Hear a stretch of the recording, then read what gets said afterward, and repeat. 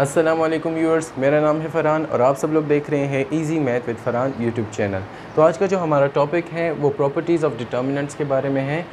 ये जो सिंबल है ट्रायंगल जैसा, ये किसको डिनोट करता है? डिटर्मिनेंट को। तो डिटर्मिनेंट की प्रॉपर्टीज़ सीखना आप लोग की ज़रूरी है, इसके बाद में जो हेल्पफुल रिज़ल्ट भी आएंगे आपके पास। तो शुरू करते हैं। इसकी पहली प्रॉपर्टी से, वो है इफ़ एनी रो और column of a matrix is zero then determinant is equal to zero. यहाँ पर कहता है कि अगर कोई सा भी रो या कोई सा भी कॉलम एक मैट्रिक्स का ज़ीरो होता है, एक स्क्वायर मैट्रिक्स का, तो उसका डिटर्मिनेंट लाजमी किसके बराबर होगा? ज़ीरो के बराबर होगा। सपोज़ मैं यहाँ पे एक मैट्रिक्स लेता हूँ, A इज़ इक्वल्स टू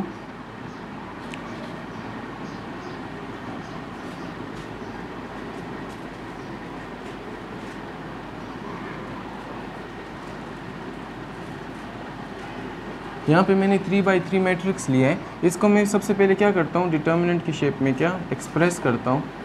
यहाँ पे 2 5 0,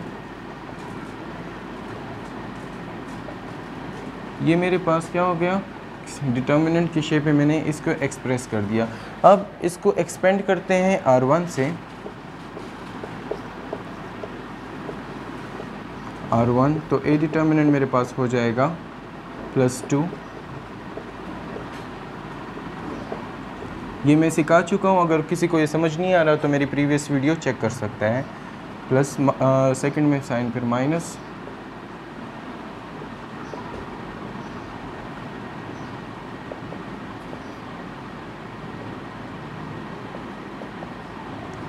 इसको अगर हम सिंप्लीफाई करें तो हमारे पास आएगा +2 अपनी जगह पे, 6 0 0 -7 0 0, तो ये हमारे पास क्या आएगा? 0 आएगा।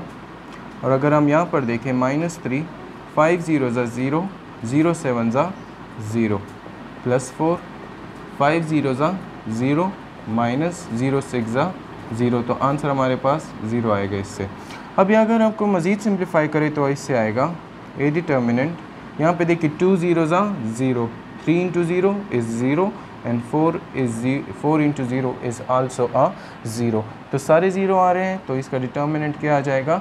0 होता है कि जब भी किसी स्क्वायर मैट्रिक्स में आप डिटर्मिनेंट फाइंड करते हैं और उसमें कोई सा भी एक रो या कोई सा भी एक कॉलम 0 के बराबर हो, मतलब उसके तमाम एलिमेंट्स 0 के बराबर हों, तो उसका डिटर्मिनेंट 0 ही आता है।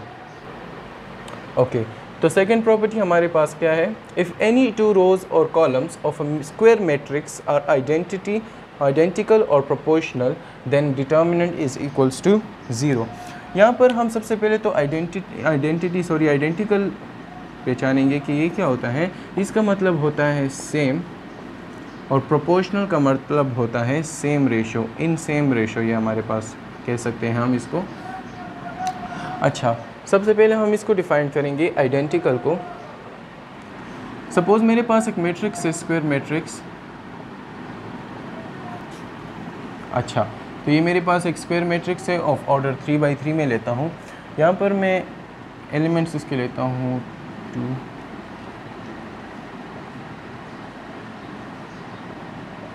यहाँ पे इसने क्या कहा है कि इफ़ एनी टू रोज और columns of a square matrix are identical और proportional then A determinant is 0।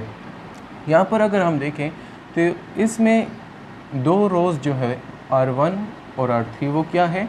बराबर है। R1 is equals to R3, मतलब क्या है? आइडेंटिकल है, सेम है।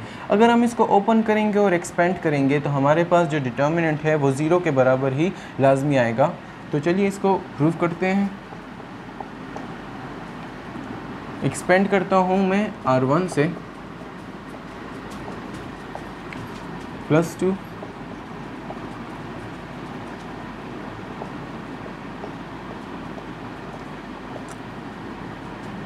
ये आप लोगों के लिए MCQs में बहुत फ़ायदेमंद होगी, क्योंकि MCQs में टाइम नहीं होता है इतना, और आप लोगों ने क्या करना होता है, जल्दी जल्दी से सॉल्व करना होता है।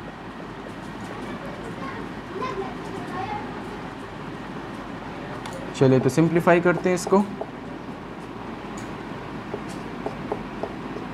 +2 ये सिंप्लीफाई होगा, 4 1 4 -3 1 3, तो क्या आएगा 4 माइनस 3 इज़ 1, -1 अपनी जगह पे, 0 1 ज़ा 0, -2 3 ज़ा 6, तो क्या आ जाएगा 0 -6 -6 +1, 0 1 ज़ा 0, -2 4 ज़ा 8, तो इसे क्या आ जाएगा -8। यहाँ पर इसको मल्टीप्लाई करेंगे, 2 1 ज़ा 2, माइनस माइनस प्लस क्योंकि सेम साइन है, 1 6 ज़ा 6, प्लस माइनस माइनस, 1 8 ज़ा 8। इसको जब हम सिंप्लीफाई करेंगे तो इससे हमारे पास आ जाएगा 0। ओके, तो अब इसकी जो सेकंड पार्ट है उस पे आते हैं कि प्रोपोर्शनल, कोई सी भी दो रो और कोई सी भी दो कॉलम एक मैट्रिक्स में, एक स्क्वायर मैट्रिक्स में जब प्रोपोर्शनल होती है तो उनका डिटर्मिनेंट भी 0 होता है। पहले हमने सीखा कि जब आइडेंटिकल होती है तब 0 होता है, अब हम कहेंगे कि प्रोपोर्शनल हो तब भी 0 होगा। तो चलिए एक मैट्रिक्स लेते हैं।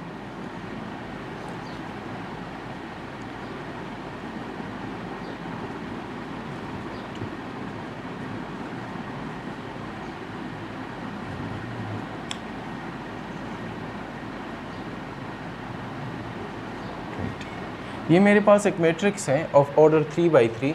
अगर हम इसके साथ क्या कर सकते हैं कि प्रोपोर्शनल बन जाए, देखिए यहाँ पर 2 2, इस इनसे अगर हम रेशो निकालें तो इससे क्या बनता है 4:2 2, 8 4 2 बनता है, और 20 10 भी क्या बनता है 2 ही बनता है। तो इसे अगर हम कहें कि taking 4 as a common factor from R3 से 2 को कॉमन लेते हैं हम क्योंकि 2 सब में कॉमन है। Taking 2 as a common factor from R3, तो ये बन जाएगा। यहाँ पर आप जो कॉमन ले रहे हैं वो अपने यहीं पे लिखना होता है। ये 2 रोज़ तो ऐसी ही आ जाएंगी, 2 2 ज़ा 4, 2 4 ज़ा 8 एंड 2 10 ज़ा 20। अगर हम इसको देखें तो ये वही आइडेंटिकल वाला केस है। वो उसमें क्या कहता है कि कोई सी भी 2 रो और कोई सी भी 2 कॉलम अगर एक मैट्रिक्स में क्या हो, अच्छा तो ये वही केस है जिस तरह हमने आइडेंटिकल में पढ़ा था कि कोई सी भी 2 रो अगर एक मैट्रिक्स में आइडेंटिकल होंगी तो उसका डिटर्मिनेंट 0 होगा। तो यहाँ पर अगर हम देखें तो R1 और R3 क्या है, बराबर हैं, R1 = R3, तो ये डिटर्मिनेंट तो 0 के बराबर हो गया। ये साथ में 2 हम लिख देंगे और ये डिटर्मिनेंट की जगह हम क्या लिख देंगे 0, एंड 2 0 ज़ा 0, तो इसका डिटर्मिनेंट भी क्या हो जाएगा 0 के बराबर हो जाएगा। ओके, तो थर्ड जो प्रॉपर्टी है वो है if we take the transpose of a matrix, then A = A transpose, मतलब जो डिटर्मिनेंट होगा वो ट्रांसपोज वाले डिटर्मिनेंट के बराबर होगा। इसमें मैं क्या करता हूँ, मैं एक 2×2 मैट्रिक्स से इसको प्रूव करता हूँ क्योंकि ये काफ़ी मुश्किल हो जाएगा फिर समझना।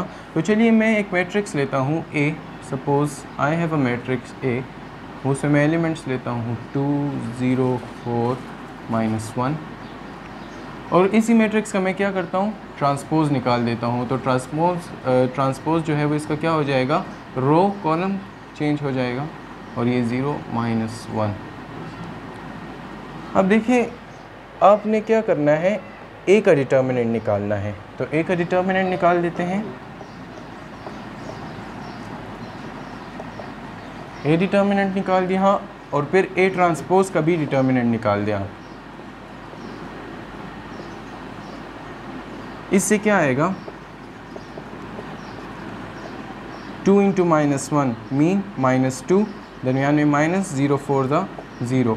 अगर हम A ट्रांसपोज का डिटर्मिनेंट निकालें तो वो क्या आएगा 2 × -1 मीन -2, 4 × 0, तो ये हमारे पास क्या आ जाएगा 0। इसका डिटर्मिनेंट हमारे पास फर्दर जब हम सिंप्लीफाई करेंगे तो क्या आएगा -2, जबकि हमारे पास जो ट्रांसपोज का जो डिटर्मिनेंट है वो क्या आएगा -2।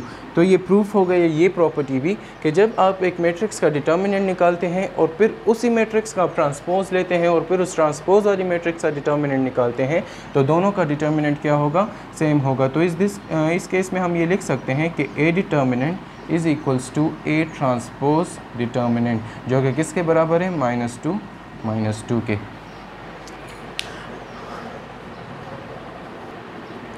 अच्छा, फोर्थ प्रॉपर्टी हमारे पास क्या है, इफ़ एनी टू रोज और columns of a matrix are interchange then determinant is equals to negative of the determinant. मतलब क्या है इसका, सपोज आपके पास एक मैट्रिक्स है, ये भी मैं 2 by 2 मैट्रिक्स से प्रूव करता हूँ। यहाँ पर मैंने एक मैट्रिक्स ली, ये मैंने एक मैट्रिक्स ली और मैं इस मैट्रिक्स का रोज़ जो है वो इंटरचेंज, पहले मैं इसको डिटर्मिनेंट के फॉर्म में क्या लिख दूंगा,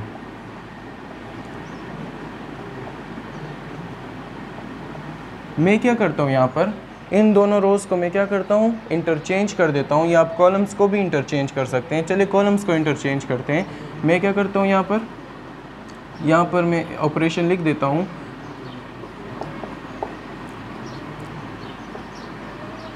C1 चेंज टू C2।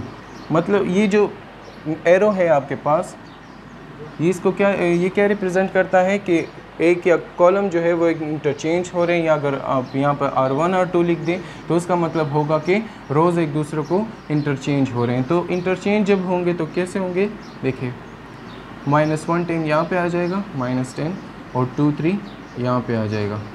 अब अगर हम इसका डिटर्मिनेंट लें तो उससे क्या आएगा, 2 × 10 क्या आ जाएगा, -20, क्योंकि यहाँ पे माइनस है, माइनस फार्मूले का और एक माइनस यहाँ पे, तो माइनस माइनस प्लस 3 1 ज़ा 3, इससे मेरे पास क्या आ जाएगा -17, क्योंकि 20 के साथ साइन बड़ा है, सॉरी 20 बड़ा है तो उसके वाले साइन आएगा।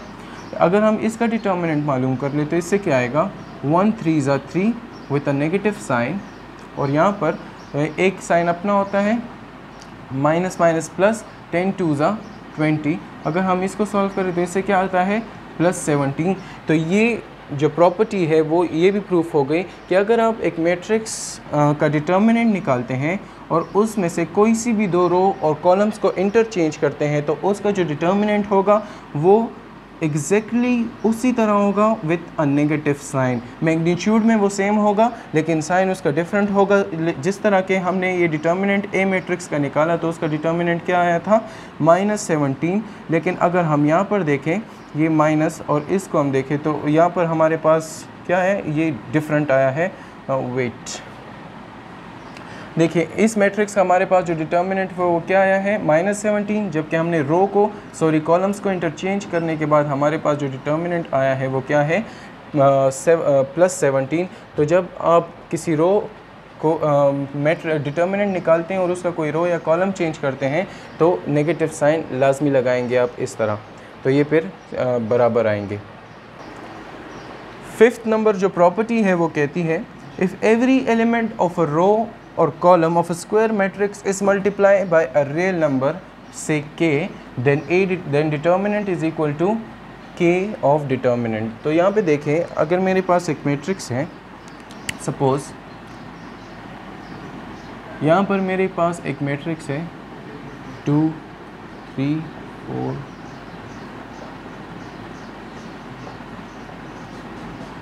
सपोज इसका डिटर्मिनेंट जो होता है वो क्या निकलता है, कोई कुछ भी निकलता है, p से मैं कह देता हूँ इसका डिटर्मिनेंट क्या निकलता है, p। मैंने ऐसे सपोज किया है। अब मैं क्या करता हूँ कि मैं इसके R1 को मल्टीप्लाई कर देता हूँ, मल्टीप्लाई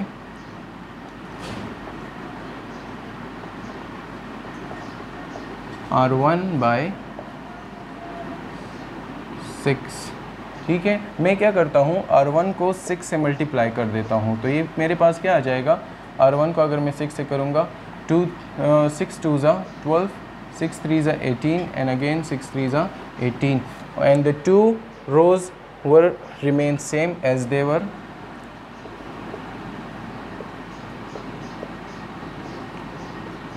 अब इसका डिटर्मिनेंट क्या आएगा मेरे पास, सेम वही डिटर्मिनेंट आएगा, बट जो हमने कांस्टेंट से मल्टीप्लाई किया है उसको साथ मल्टीप्लाई करके।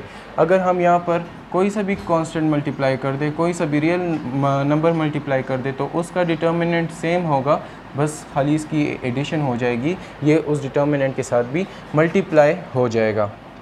इसके अब एक एग्जांपल लेते हैं, एक और सिंपल सी, ताकि प्रूफ हो सके। A determinant is equals to 2 4 0 1। यहाँ पर इसका डिटर्मिनेंट क्या निकलता है, 2 1 ज़ा 2, -0, तो ये हो जाएगा 2। इसका डिटर्मिनेंट 2 निकलता है। अगर मैं इसके R1 को 4 से मल्टीप्लाई कर दूँ, यहाँ पे मैं लिख दूँगा 4R1, तो ये क्या हो जाएगा, A determinant is equals to 2 4 ज़ा 8 एंड 4 4 ज़ा 16 0 1। और ये जो कॉलम है ये रिमेन से रो है वो सेम आ जाएगी। यहाँ पर अगर मैं इसका डिटर्मिनेंट निकालना चाहूँ तो वो क्या आ जाएगा, 8 1 ज़ा 8 और 0 16। तो सिंपल मेरे कहने का मतलब ये है कि इसका जो डिटर्मिनेंट आएगा वो यही डिटर्मिनेंट होगा, साथ में वो नंबर हम मल्टीप्लाई करेंगे जिससे हमने इस R1 को मल्टीप्लाई किया था। तो हमने किससे किया था, 4 से, तो यहाँ पे मैंने 4 लिख दिया जो कि इस मैट्रिक्स का डिटर्मिनेंट है।